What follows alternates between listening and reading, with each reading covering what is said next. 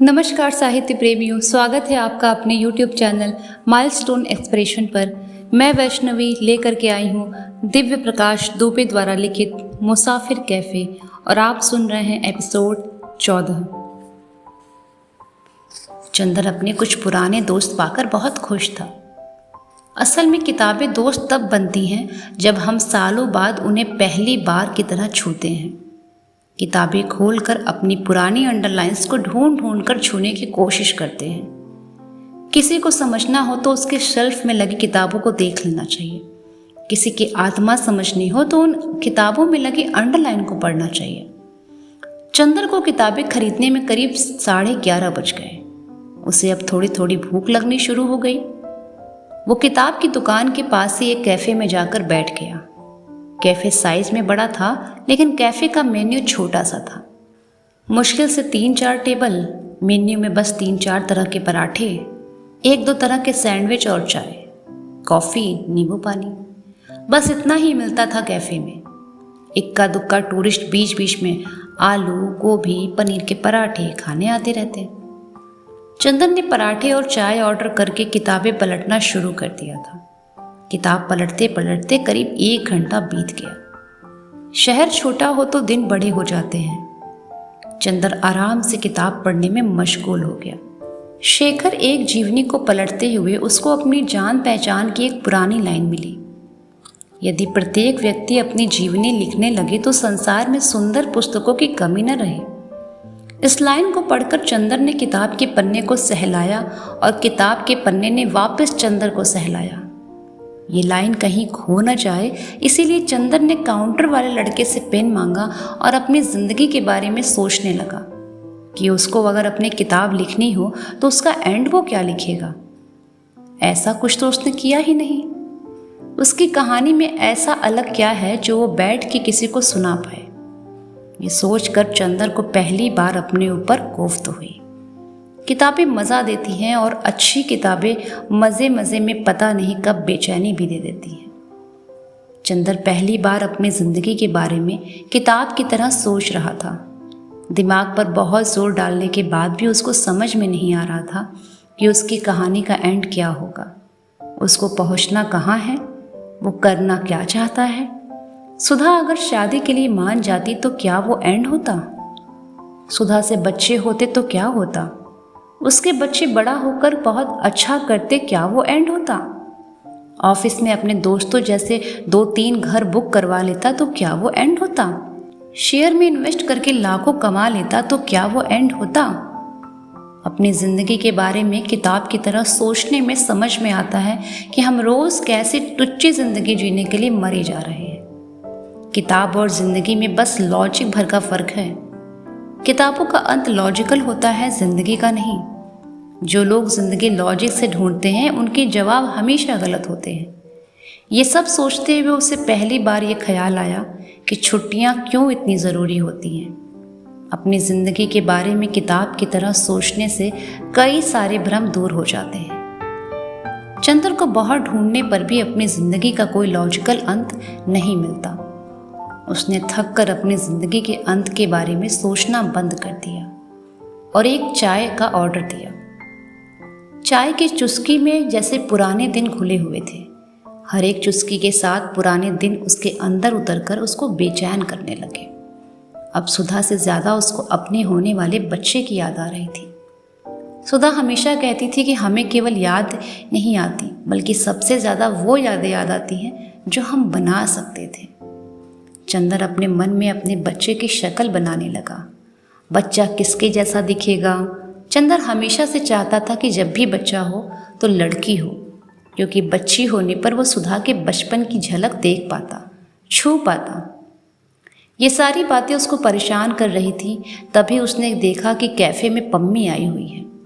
पम्मी ने काउंटर पर बैठे लड़के से कुछ बात की। वो चाय बनाने का बोलकर जैसे ही घूमी, चंदर पर उसकी नज़र पड़ गई।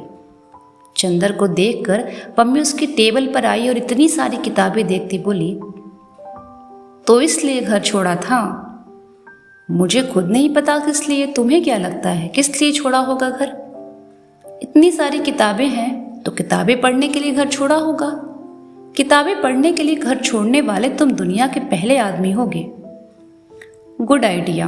दिन भर बैठकर बस किताब पढ़ना और चाय पीना, इतना हो जाए तो लाइफ सेट है। किताबें भी बहुत हो गई और यादें भी। यादें तो इतनी हो गई कि नई यादें बनाने की ज़रूरत नहीं है, पुरानी वाली रिवाइज करके ही काम चल जाएगा। आजकल ब्रेकअप के बाद कौन छोड़ता है घर यार? ब्रेकअप के लिए नहीं छोड़ा, अपने पागलपन के लिए छोड़ा। क्या है पागलपन तुम्हारा? पता नहीं, ढूंढ रहा हूं। कहाँ ढूंढ रहे हो? किताबों में? अपने आप में। आज घर छोड़े हुए 11 दिन हुए हैं, मिल जाएगा। खैर तुम यहाँ कैसे? इस कैफे का मालिक कैफे को बेचना चाहता है। 1 बजे का टाइम दिया था, अभी तक आया नहीं। ये तो बहुत बड़ी जगह है, तुम भी कैफे चलाओगी या कुछ और प्लान है? बाय द वे, मैंने तुम्हारी शॉप देखी थी। तुम्हारा तो टूर एंड ट्रेवल का काम है, फिर कैफे क्यों? अरे तो आए क्यों नहीं तुम? अपना पागलपन ढूंढने में बिजी था। खैर तुम्हारा इस जगह को लेकर क्या प्लान है? पम्मी टूर एंड ट्रेवल्स की क्या कहानी है? तुम्हें मिल गया अपना पागलपन? बाप रे, इतने सवाल एक साथ? घर वाले इतने ही सवाल पूछते थे, इसीलिए मैंने घर छोड़ दिया। फिर एक एक करके बता दो। बस एक ही शौक है मेरा, घूमना फिरना। रुड़की में पैदा हुई हूँ, पढ़ने में सही थी मैं। वहीं IIT रुड़की से मैंने बीटेक किया। मसूरी ट्रैक करने कई बार आई, बस इसमें मन लग गया। कॉलेज के बाद करीब 5 साल जॉब किया, कई कंट्री घूमी, खूब घूमी। जब इतने पैसे बच गए कि 1 साल काम चल जाएगा तो ये शॉप ले ली। यहाँ इस कैफ़े में मेरा एक ट्रैवल कैफ़े खोलने का मन है। लोग आएँ, अपनी ट्रिप प्लान करें।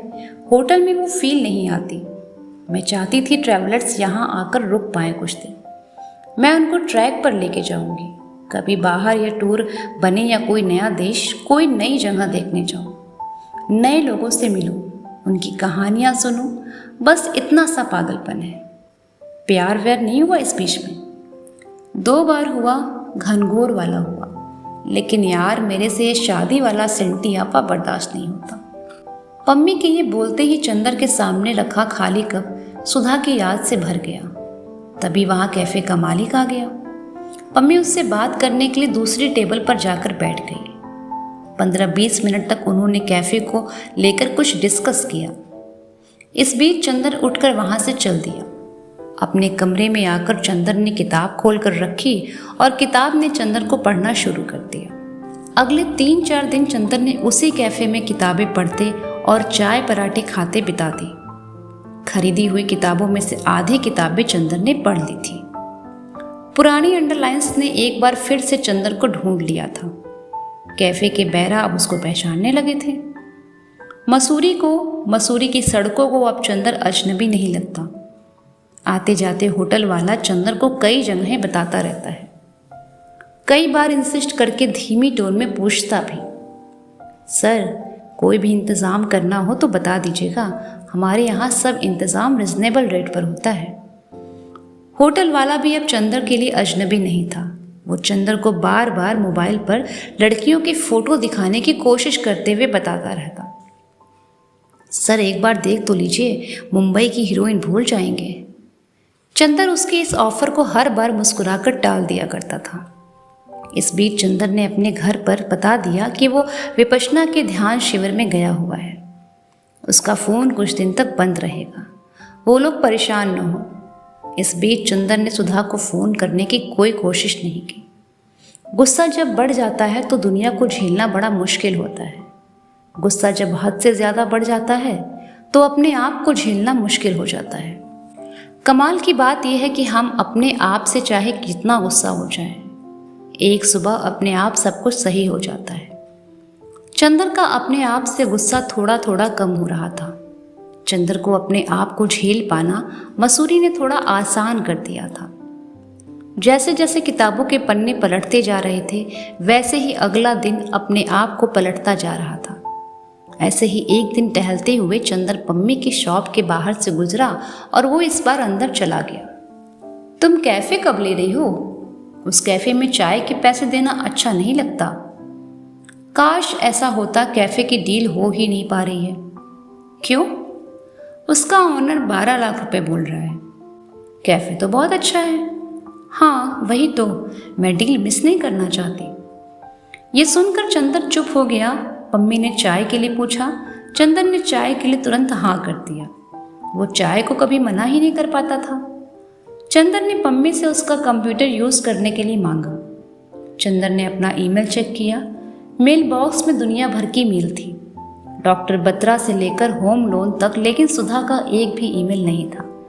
मेल चेक करने के बाद चंदन ने एक कागज़ का टुकड़ा लेकर कुछ हिसाब किताब किया और बोला, कैफ़े वाली डील मिस मत करो।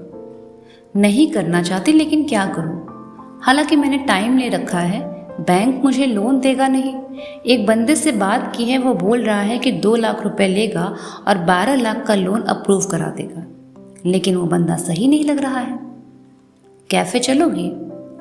बोल तो ऐसे रहे हो जैसे कैफ़े खरीदने जाना है।